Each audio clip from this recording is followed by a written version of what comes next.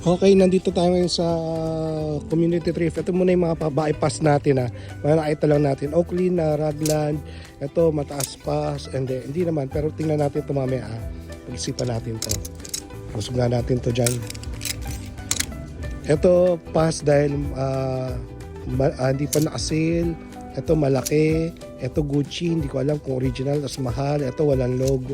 Walang branding. Ito pambenta lang sana dito. Pero bahala na. Ito sira yung vent. Ito Peter Millar, hindi ko alam. Ito yung mataas pa. Ito mataas pa rin, $20. Mahal din dito, marami lang nakukuha. Huwag nyo isipin mura dito, marami lang nakukuha. Ito ay malapad. Ito, Sir Mark, baka first time. Size 8 sa inyo, pero medyo dilaw. Tapos ito na yung mga balak natin kunin dito ha. Pinag-iisipan pa lang natin. Ito mga Oakley, kaso lang Burberry per $20-30.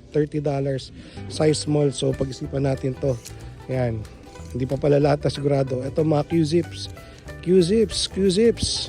Yan, pero malalaking mga sizes. Ayan, tingnan lang natin ha, kung anong pipiliin natin dito.